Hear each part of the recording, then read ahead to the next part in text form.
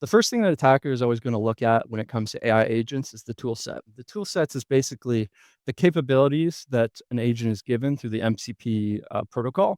These tool sets can be pretty much anything that's programmed into the code. A very big one that's really popular is the Bash tool set.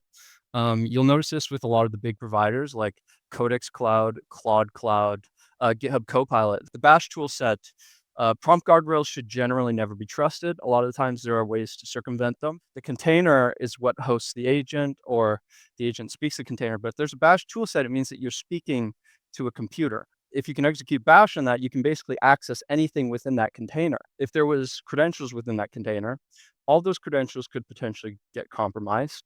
If there are container breakout vulnerabilities within the container, those could get compromised. The biggest thing when it comes to defending these AI agents is looking specifically at the tool sets that you've permitted and scoping down everything as much as possible to promote like defense in depth. An example would be if you have a container that's making like an agent that can make pull requests to GitHub, you're going to want to narrow down all of the permissions as much as possible. So that would be like the credentials on the agent that is making the pull request. You want that GitHub token to be as narrow as possible. For traditional users, they may be using a provider like Microsoft Copilot.